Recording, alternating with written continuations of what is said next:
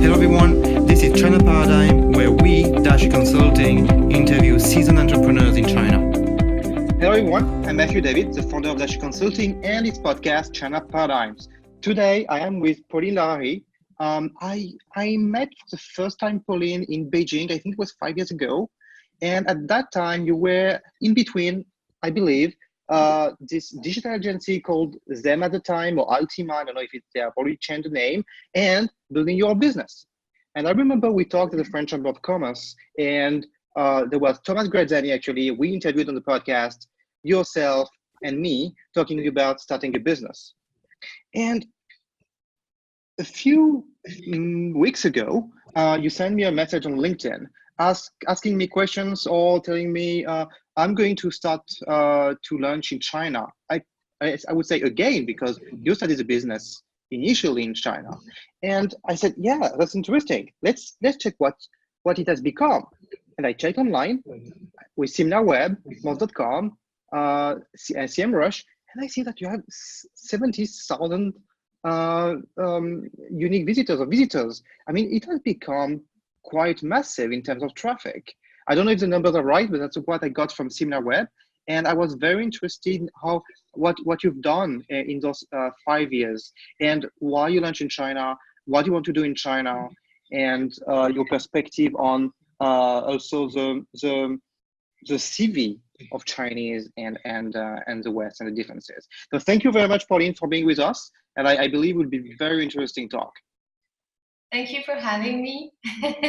It's a pleasure for me to see you again, and I'm really happy to be here.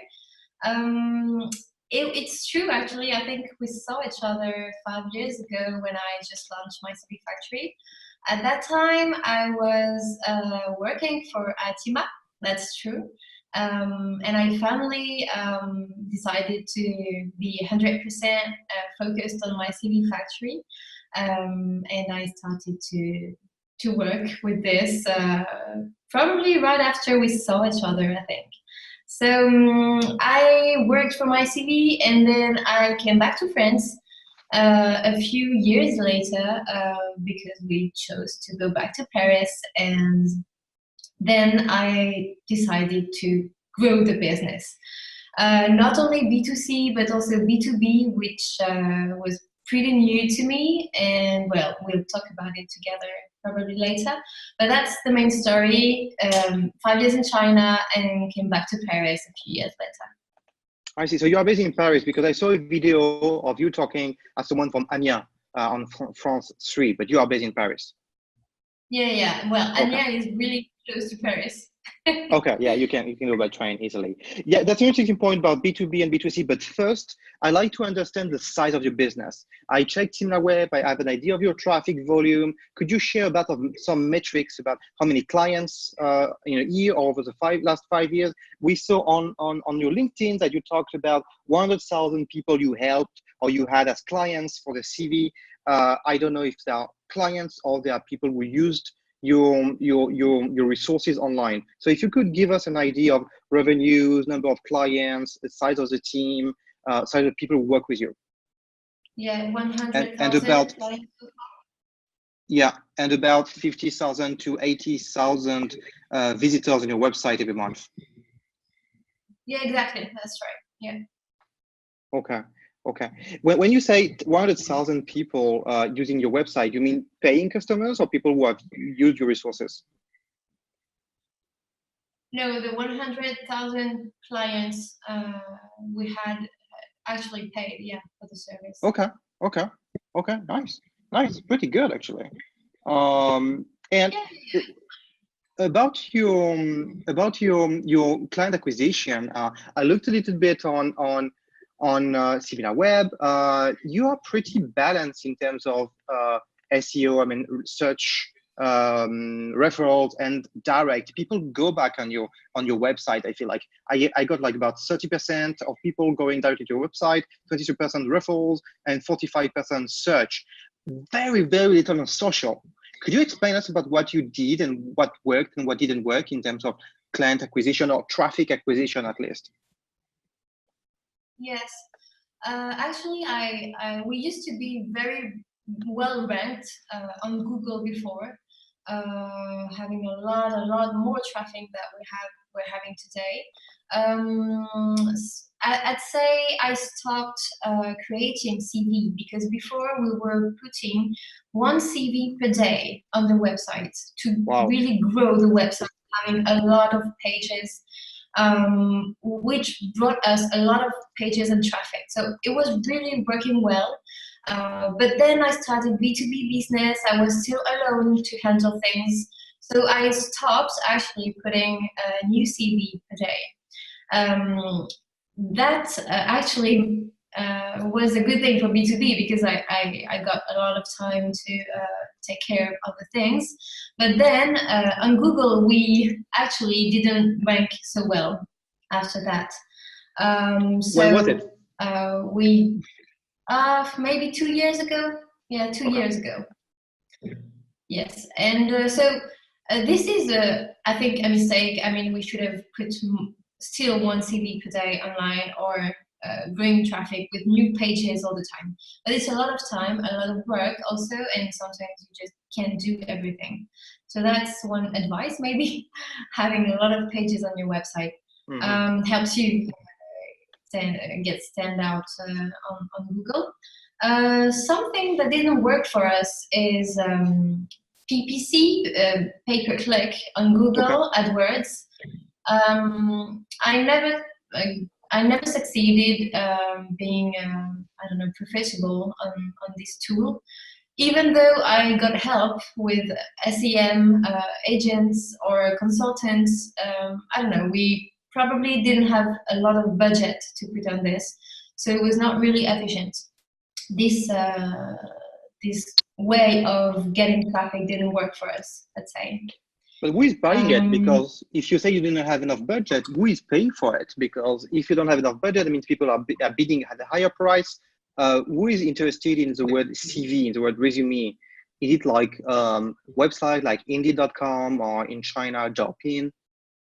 It's other competitors, let's say. Okay. Competitors or also big job boards, websites like Monster or Indeed. They want more and more traffic about CV, career, student, jobs, this kind of requests. So yeah, competitors and job boards. I see. So you said that you went big on search by publishing a lot of resume. This I could guess by using Simlaweb. But I see that you have very little traffic on social, and I feel that building your resume could be actually something you could share on Facebook and create some quizzes and engagement with people, especially with students. Maybe because your business is more B2B now, but why do you feel that social has not worked? Social, I mean, we are on Facebook a lot, actually. We put a lot of articles and stuff to engage our community.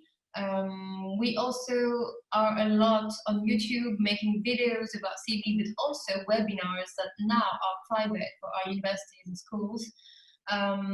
These kind of media are very good, and I'm sure we should focus our energy on this. But again, it's a lot of time, a lot of investments, and for now, Google has been quite okay with us, and I know we could do better on YouTube and Facebook, but it's a lot of time again. I see. Instagram is a very good media, and I'm trying now to be very, very on top of everything on Instagram, getting a new audience, thanks to collaboration with influencers and stuff like that. So for now, Facebook is a bit off, I'd say, and Instagram is our best focus for now. I have an intern taking care of it, so we do everything we can for Instagram for now. It's our main focus. Interesting. I saw by Googling your My CV Factory, your name, I saw that you were active on Pinterest. What do you feel about Pinterest and Instagram? I know they use very different, but still it's about pictures. Yeah, exactly. It's about pictures, and we sell resume templates. we sell pictures, we sell attractiveness, and I thought Pinterest and Instagram are very good media to share pictures and universe. Pinterest is very good for sales because there's a lot of people going on Pinterest, getting inspirations, and they are creating boards of CV like per color or per sector. So actually, Pinterest is a very good media to focus on, and we still are very active on Pinterest. Also, sharing our events, what we do in Mastery Factory, our lives. I mean, it's more than only CVs, it's also my life, the events we're going to, and new deal we sign with universities or schools, for example. I see. I understand. So you're using Instagram, sorry, to moderate and engage with your community and to give news for people, a bit like a feed. Yeah, exactly. I see. Yes, like Okay. Okay. And you to come back on your website and statistics, your bounce rate is 55%. I don't know if it's totally accurate, but it's pretty low. You have a very good bounce rate, because the lower it is, the better it is to get to you know, for the bounce rate. How do you explain it? People actually are using a lot of your content, going from one page to another, and actually may not pay for your services. How do you feel about having such a good bounce rate? well, it's mainly because it's very targeted. Someone who's looking for a CV online usually is ready to pay for it. He's gonna type on Google CV or design CV or attractive CV design or request like this, and usually he's ready to pay for it before even taking a look at our website. So usually we have a low bounce rate because he's ready to, you know, to activate his credit card. So this is a good thing for us because it's very specific keywords. Yeah. I see. So you say that there is a low bounce rate, which is good, meaning that people go on more than one page on your website because they go to the registration page, which is counting as a second page. And moreover, people come back by writing directly My CV Factory. You have so a lot of retention, I believe. I understand. Okay. Yeah, exactly. Okay. Yeah. Okay. Good. Talking about what you have done and tried in the past, we've seen so videos. You shot a lot of videos. I saw like 3 years ago. What's your experience of using videos to make people know about your business? Actually, the videos were for each product page to show the CV in detail. How to edit the CV, how to change the color, how to change the picture. The main idea was more tutorial on the product page to show the client how the CV is in reality, you know. Okay. I think the videos are very good on you know, a user experience point of view. On the product page, they bring a lot of reality, a lot of details also. So I think it's a very good idea. For SEO, I think it's also very nice because on each YouTube video, you have a link and you have a unique text, which is not a duplicate content, of course, and is bringing a lot of traffic also to the website. But for this, you need also to have a YouTube community that are engaging also with you, and this is hard, I think, to create. Videos must be entertaining, and these kind of videos are not. They're just to show the product, more like a tutorial. So I'd say the videos that are working the best, they are more like career videos, advice on your CV, advice on your picture, advice on everything about career tools and stuff like that. So there are two kind of videos for me, really the career videos and the UX experience on the website. I saw those two videos. I saw a video where you were asking your clients to talk, especially a graduate from ENS Ulm, which is a very prestigious school, university in France, also someone who is a human resource director or headhunter in China, in Asia. I cannot remember exactly, but so I saw this kind of video and the other video, which is about how can you adapt the CV you are going to be able to download if you pay for it, if you subscribe to your services.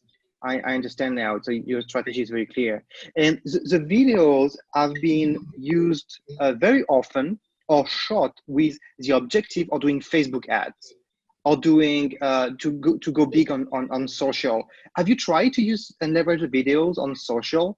Because we know those platforms try to push videos. Yes, Facebook ads work very well actually. I'd say it brings traffic, it brings sales, but it doesn't bring too much sales. I mean, it's profitable, but not enough. And I know that we stopped the video a few months ago, also because I needed the budget and I needed time for China and launch in China. So we stopped this kind of system. But I think Facebook ads is perfect for junior profiles. It works very well from 18 to 18 to 24 years old. And the very nice thing about Facebook ads is that you can really target the audience, the interests of your audience, the schools and stuff. So I think it's a good way, but also you really need to focus your energy on something, and I choose to focus somewhere else. I see. I understand. So that's a very good transition to talk about China and what you are going to do in China. I'd like to focus on one specific aspect, which is common between the West and China. Because when we talk about search and we talk about Google, you cannot scale on Google in China. You cannot use the same tactics. You cannot use the same search engine, and you know it very well because you used to live in China. But LinkedIn is a platform which can be used both in the West and in China. And you have a service which is optimization of your profile for LinkedIn. I believe this service will be also offered in China. I cannot check right now. I don't feel you are already offering it. I don't know if I'm wrong and I'm right, but could you tell us more about what you do on LinkedIn for your clients, and how do you optimize the LinkedIn profile? Sure. The LinkedIn profile optimization is really for people who want to get a job and get an image, a reputation online. So we're trying to focus on the content that brings traffic on keywords from your sector or your industry. So we optimize with keywords, we rewrite the resume, the summary, we comment a lot of things, and I mean, we found groups or debates or forums for you to integrate. We do pretty much everything for you because you as a candidate, you don't have time, or you have kids, or I mean, there's always a reason not to do it. So we're here to take in charge this kind of optimization. So you do it for your clients. The clients yeah, give access to okay, they give you the password, and then you change the LinkedIn profile. Okay, I see. And after our intervention, we always ask them to change the password so we don't access anymore to the information. That is safer. But yeah, he needs to give us his ID, and we go into the tool and we do everything for him. I see. Okay.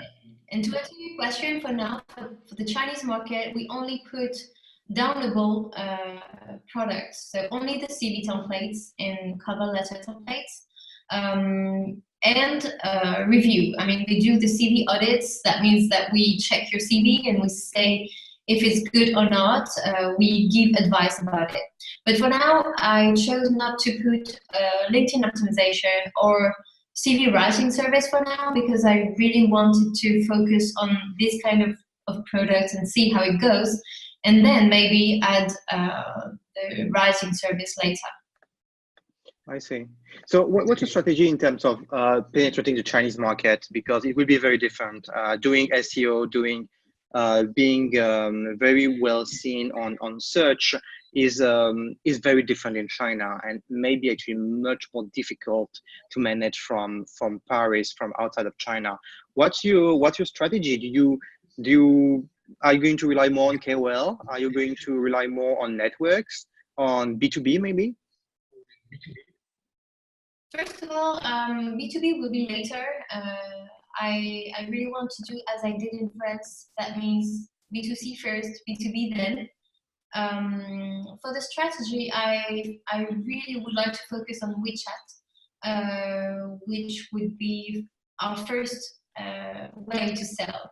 For example, association, alumni of schools that I have in my network, a lot of association like Beijing Women in China, or this kind of thing.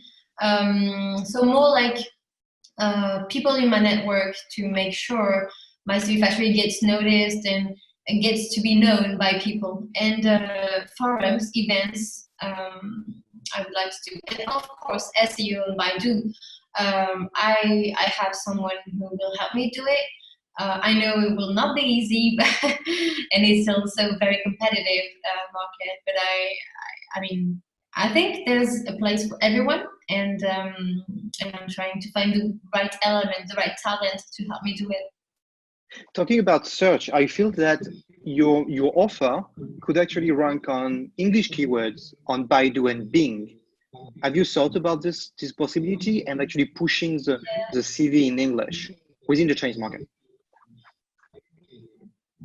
Yeah, why not? I mean, every possibility should be considered, and of course, it could be a great idea, but maybe one step, step by step. I mean, if we want to focus on WeChat, then focus on Baidu, and then maybe focus on Bing, I'm sure if I do the whole of them together, I might blow everything, So I'm trying to be organized, maybe. But you have an expert eye, and maybe you can add your advice on this and suggest how I can do it.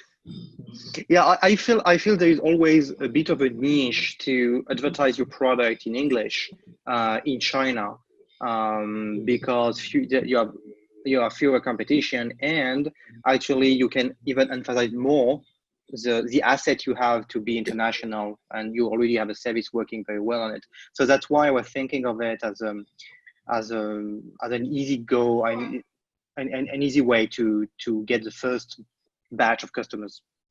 WeChat is a very interesting way of penetrating the Chinese market because it's very social. You are going to get people following you, and the alumni, or let's say the business schools, the schools, which could be actually foreign schools, which could be like French schools, US schools, they need to help the Chinese students to find a job in China, and they are poor doing that. I feel there is a very good match between your service and those schools who have difficulties to position their alumni, young alumni who just graduated into those very big Chinese firms who are very, very, very Chinese. So with the right resume, Yeah. I feel you could help a lot. Is it something you have explored and tried to talk to some people in the field? Exactly. Actually, all our schools in France have, I don't know why, but they all have a campus in China, in Shanghai, in Wuhan, in Beijing, everywhere.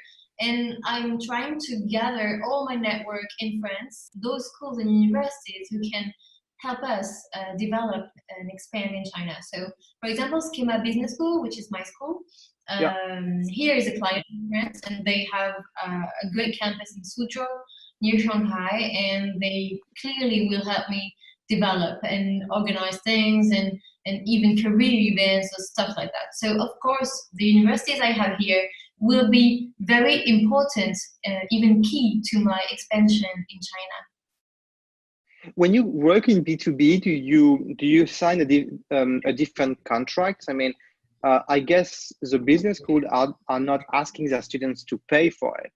So I believe that you sell a certain volume of clients. What is a B2B contract? Yeah, the business model with B2B is quite easy actually. The university pays MyCV Factory for the service, which is free to the students. So they have access to CV templates and to CV audits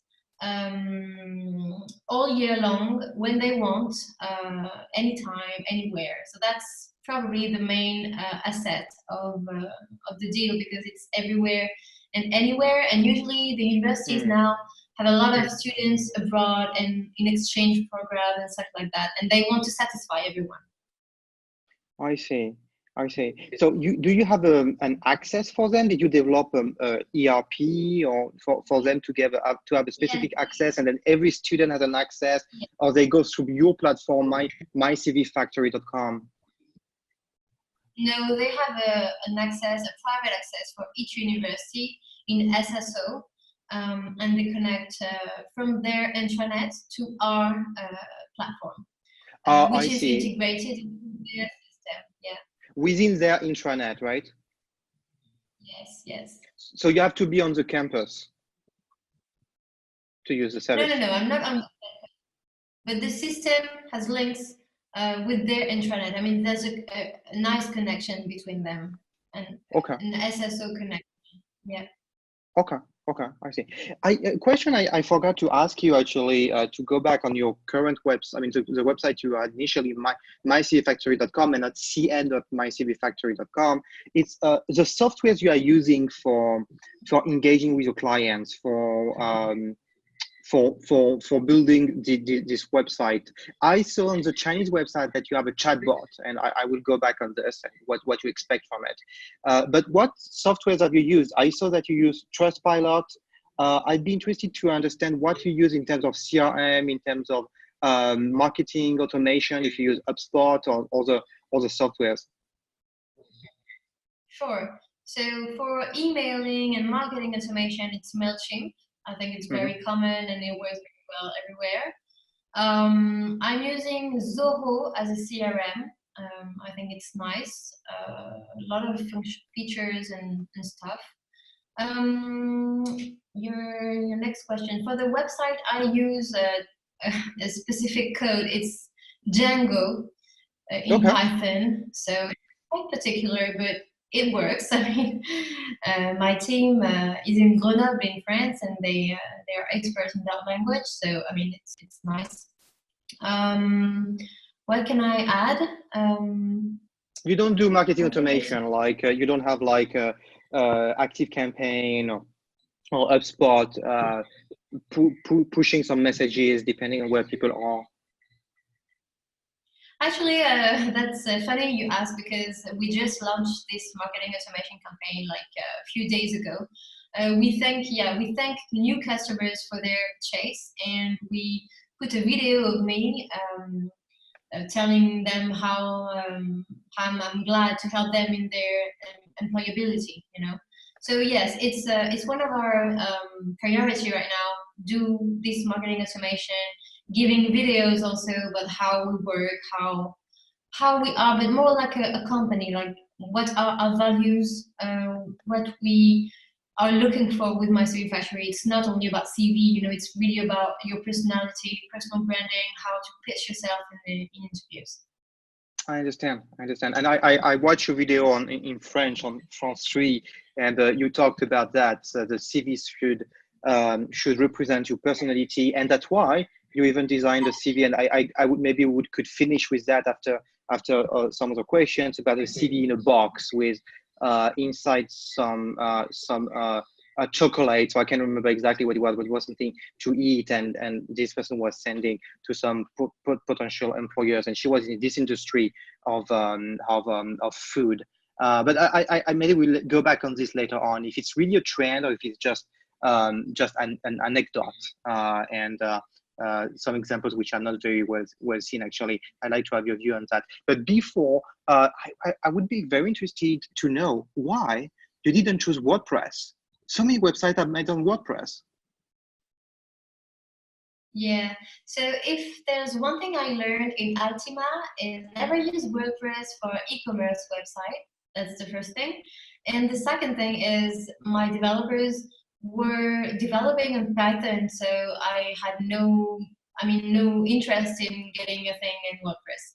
But that being said, WordPress is very nice, that's for sure, and we use it for my blog. It's perfect for blogging, let's say, and maybe less less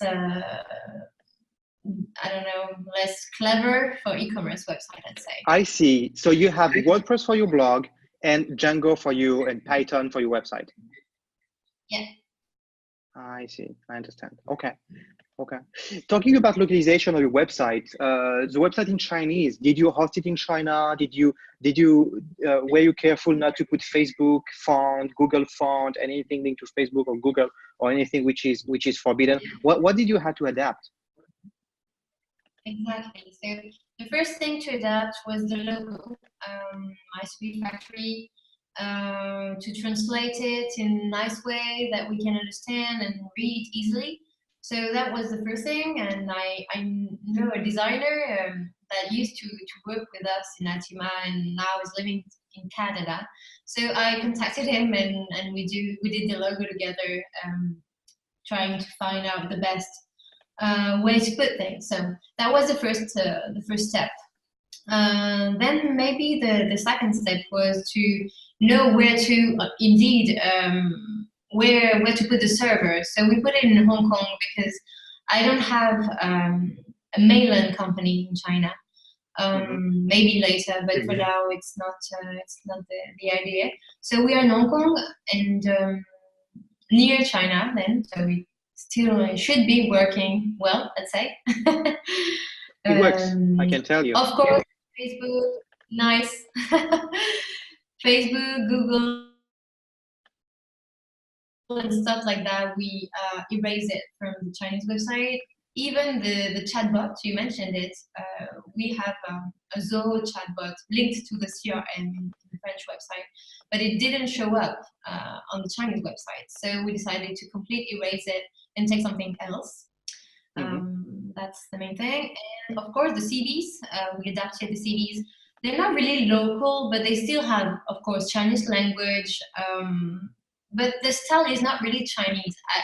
I'm really, I think it's very important to say that this market evolves very fast. And I'm sure the Chinese market today don't have a lot of beautiful CVs, but later they will buy this kind of CVs, I'm sure, like infographic, digital, and icons and nice fonts. So the design of the CVs also been really that's really what you say.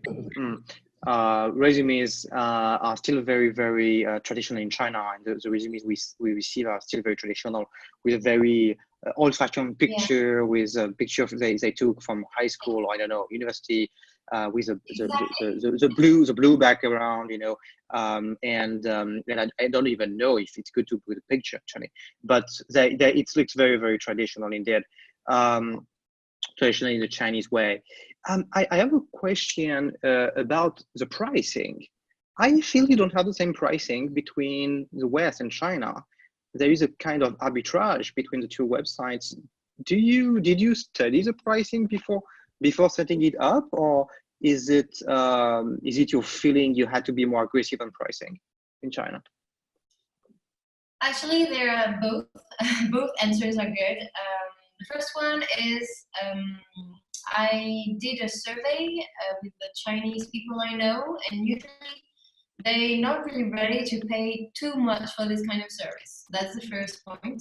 The second one is my competitors are very cheap, even free. So I need really to be competitive on my prices to get sales and be sure people come and buy on mysvfactory.com.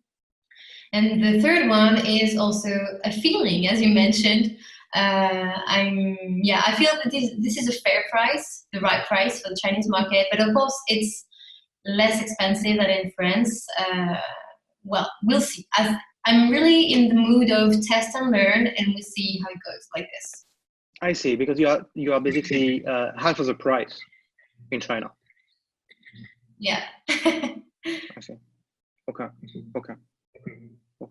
And the last difference is, of course, the payment way with Alipay. And WeChat Pay that we are going to add in the following months. So this was also quite a lot of thinking because it's not easy to open another pay account without being in mainland China and all the administration stuff. So have you been able to open what we call a cross-border WeChat Pay account? Yes, I am into it. Okay. So the WeChat Pay is not live on the website, but it should be in a few months. But it takes a lot of time actually to do. And you talk about WeChat. What's the status now on WeChat? I'm checking my phone as well. Yeah, it's not live yet. The okay, funny thing is, it's my bank account in France who was getting trouble making the payment transfer to Tencent, and that's because of them that we are so low and so slow on WeChat launch. It's not even about Chinese French people. I see. Because the payment is not very high, it shouldn't be a problem of the amount of money to send. It's more about sending to the right account in character, change characters, and so on, I believe. Exactly. It's mistakes in the name of the bank. Yeah, that's terrible. I got the same problem. I see. Yeah. Yeah. Talking about innovation in your industry, in the CV resume industry, what I see from when I graduated from business school 10 years ago and what I see now in resumes, I would say good resumes, people who have made A4 resumes, they are much more colorful. It's much more non-traditional. You have the picture, even for Western resumes, which something all my professors or the business school saying don't put a picture. But I believe even in the US, you shouldn't put a picture not to show where you're from, if you are from a minority or else. And I feel there is a lot of innovation here. Then there's another innovation, which is to send the product of what you do, the box and so on. And there's another innovation, what you did is My Job Box a few years ago, for instance.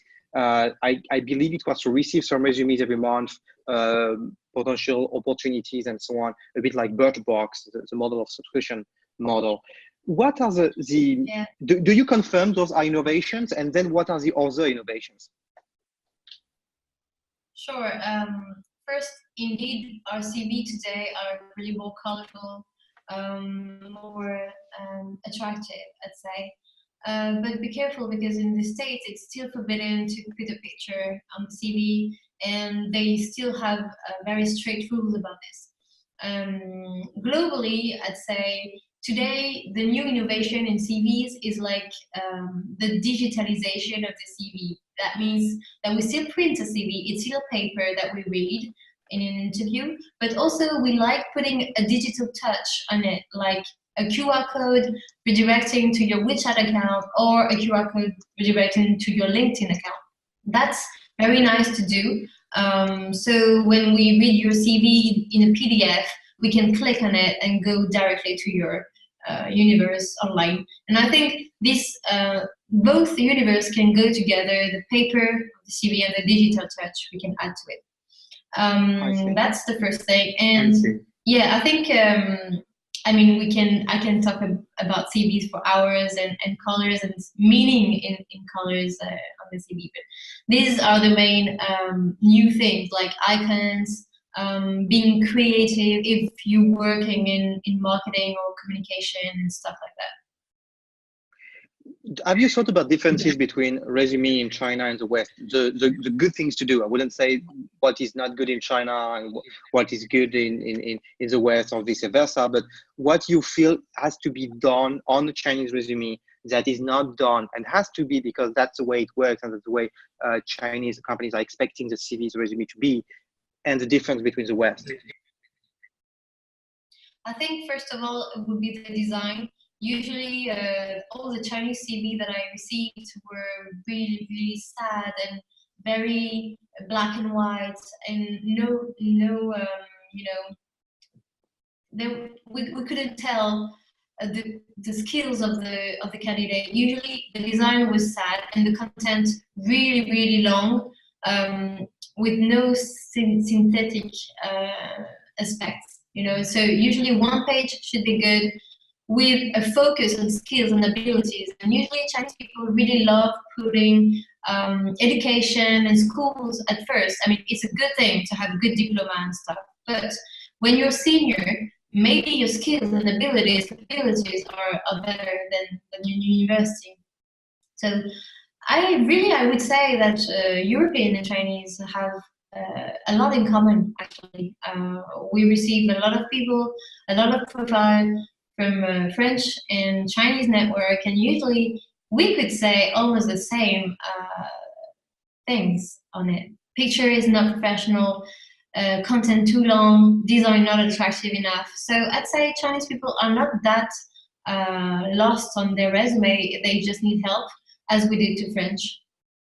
That's the thing. I feel there's a lot of points in common between actually French people and Chinese people when it's related to how to present yourself, what to do, what not to do, and more differences maybe with Americans and Chinese as much as more differences between Americans and French people. Your reaction to the difference between a Chinese resume and a Western resume were to say they are very sad. They should adapt more to what we do. But have you found some patterns that work in China and would not work in the West? There is one which seems obvious for me, is the picture. The picture is forbidden in the US, but actually most Chinese students are going to put their picture on their resume. That's one thing, for instance, which is not bad or good, but just is the way it works in China. Do you have other feedbacks about this is just the way it works and the way you are expected to write a resume? For example, in China, I saw a candidate putting his political views or sexual orientation or this kind of stuff very, very intimate. And in France, we would never see that on a CV. So that could be a main difference, or a can do in China and a don't do in France. Yeah, the picture also, of course, a lot of Chinese put an unprofessional picture, but also in French, so it's not really a case. Yeah. So. Okay. You also, in the video you posted on YouTube, you said that one of your service is to provide shooting of photo and to go much more to do much more than just writing. I mean, it's not just, but just writing the resume and also shooting the pictures and going finding the right wording, talking about the personality and so on. Is it something you feel will be necessary in China as well? It could be necessary, and I think it's a very good asset on a CV to have a very good picture. Also on LinkedIn, very, very nice picture.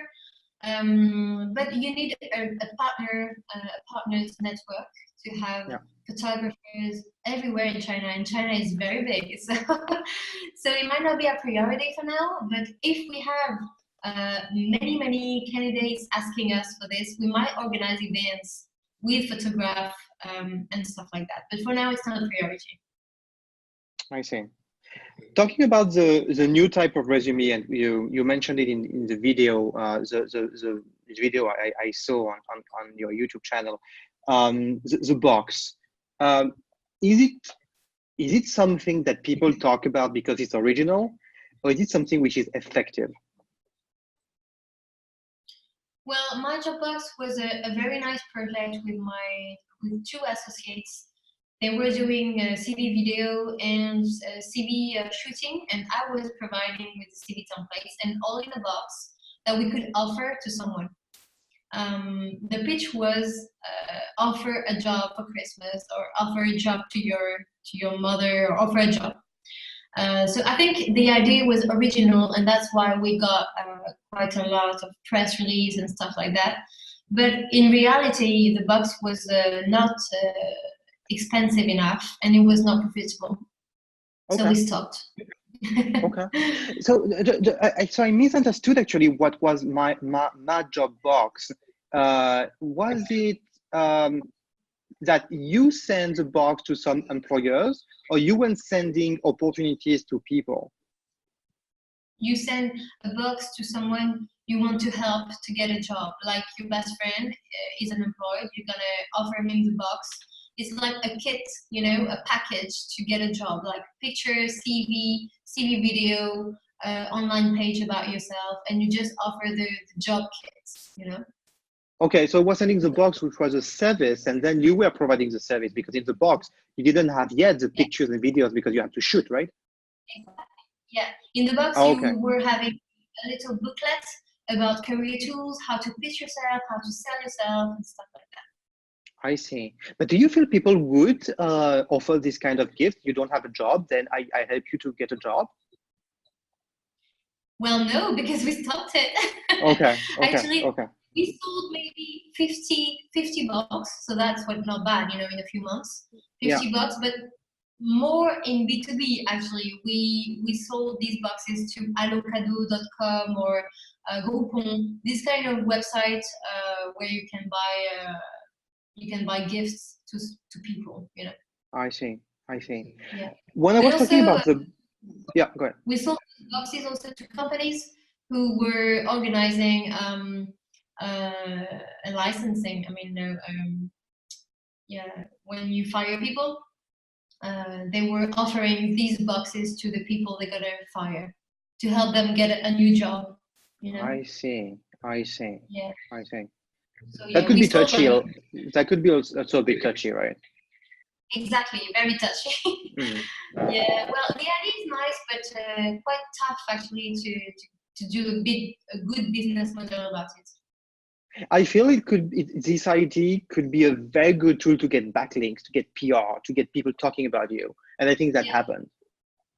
Yeah, true. Yeah. Okay, I see. Actually, when I was asking you about the box, I was not asking about this specific business. I was asking about another type of box you showed in the video, which is someone working in the food industry, creating a box with some of the food she designed or she produced to send to a potential employer. Yeah. Do you feel that sending something which is like sizable, a product, to a potential employer is going to really make someone outstanding and unique, or is going to look like a bit like let's say a bit of a joke or something not very serious? What's your feeling on that? I think if it's well done, it could be really nice. This candidate wanted to work in the food industry. That's right. So we created her CV in Chamallow, in a box that you can just offer to your employers with their coffee or something. Also, when you go to the interview, you can offer this box with Chamallow, and they can just eat you. That was quite funny to do, but it worked because she had an interview and then a job, and I think it's if it's meaningful, then it's perfect, because there's a food industry. You want to work in that sector. Everything is linked together. Then it works. Of course, if it's out of nowhere, you don't want to work in food or anything in finance, and you just send this box of Chamallow, then I don't understand the meaning, so it won't work, and it would be considered as a joke. So it needs to make sense in the employment project of the candidate. I see. Okay. Thank you very much for being with us. It's about 45 minutes. How did you feel about the interview? Very nice. Very detailed, as you say. Very detailed. A lot of detail. Yeah. Okay. Yeah. We like to go into details in order to make people understand how a business is run and what you really do. So thank you very much for sharing. And we will be sharing your video, I guess, in 2 weeks among our audience, with many in China. So hopefully it can be helpful as well for your lunch in China. Thank you. Thank you, Pauline, again, and thank you everyone to listen.